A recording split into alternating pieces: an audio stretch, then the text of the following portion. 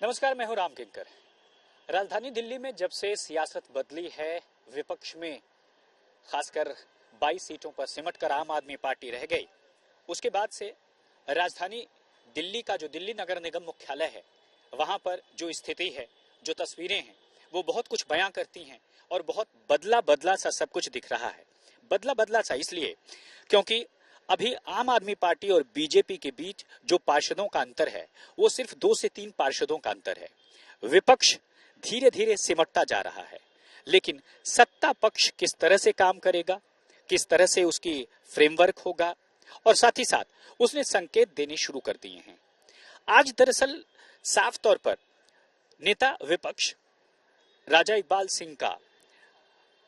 जो निगम में बजट वो भाषण पढ़ने वाले हैं, और बजट भाषण पढ़ने से पहले दरअसल एक गेट टुगेदर था। लेकिन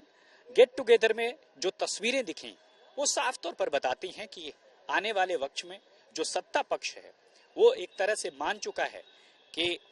ज्यादा नहीं बल्कि 2 महीने बाद ही उसे विपक्ष में तो बैठना ही पड़ेगा, या फिर एक मौन स्वीकृति उसने दे दी है। अब इसका कोई आधिकारिक ऐसा है या नहीं है, ये मैं बिल्कुल कंफर्म नहीं कह रहा, लेकिन इतना जरूर है कि जो तस्वीरें हैं, जो संकेत है, जो मैसेजिंग है, उससे एक तरह से समर्पण या सरेंडर का भाव दिख रहा है। आज जो तस्वीर मैंने देखी, उस तस्वीर में आप साफ तौर पर आप भी देखेंगे कि ऐसा पहली बार दिखाई दिया जब एक ही टेबल पर नेता प्रतिपक्ष बैठे हुए हैं राजा इकबाल सिंह, उनके ठीक बगल में कमिश्नर बैठे हुए हैं अश्विनी कुमार, और फिर उनके ठीक बगल में बैठे हुए हैं मेयर महेश खींची।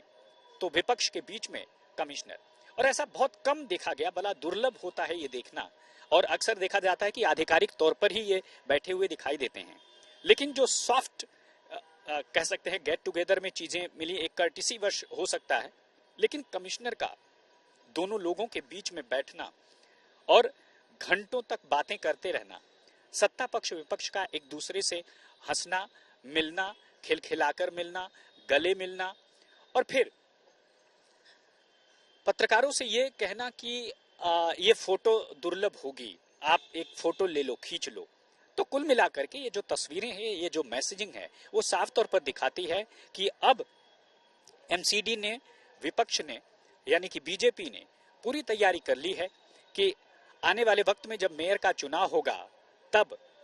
खेला हो जाएगा और मेयर उसका होगा। ऐसा होगा या नहीं होगा ये तो तब होगा, तब पता चलेगा, लेकिन उससे पहले जो संकेत मिल रहे हैं वो यही मिल रहे हैं। दूसरी सबसे खास बात, अमूमन जो महेश खींची का टेन्योर है वह अप्रैल तक है, तो मुझे लगता है 30 मार्च तक है, तो मुझे लगता है कि कहीं ना कहीं महेश खींची ये चाहेंगे कि आम आदमी पार्टी और दूसरे तमाम जो पार्षद हैं उनका जो पूरा का पूरा टेन्योर है वो एटलीस्ट अप्रैल तक चला जाए। तो कुल मिलाकर 1 से 2 हाउस महेश खींची के नेतृत्व में होगा, और महेश खींची ये भी चाहेंगे कि उनके रहते ही मेयर का चुनाव हो, और बीजेपी चाहेगी इस बार मेयर उसका हो। और दूसरी तरफ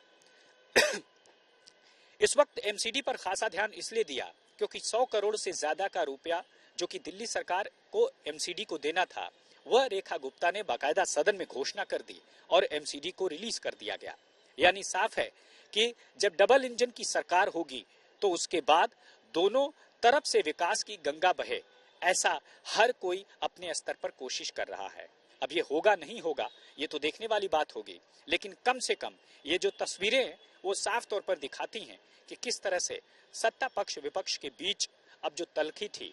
और जो एमसीडी में आपको याद होगा कि जूते चप्पल तक चले थे। 2022 में जब आम आदमी पार्टी की नई नई सरकार आई, तब से लेकर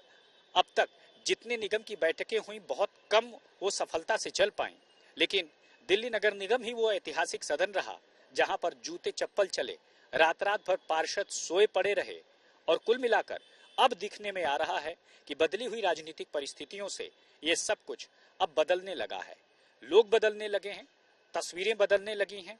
तलखी खत्म होने लगी है, गुस्सा कम होने लगा है। ऐसा लगता है कि सत्ता पक्ष अब जो है चाह रहा है कि वो विपक्ष की भूमिका निभाने के लिए उसने मानसिक तौर पर अपने को तैयार कर लिया है।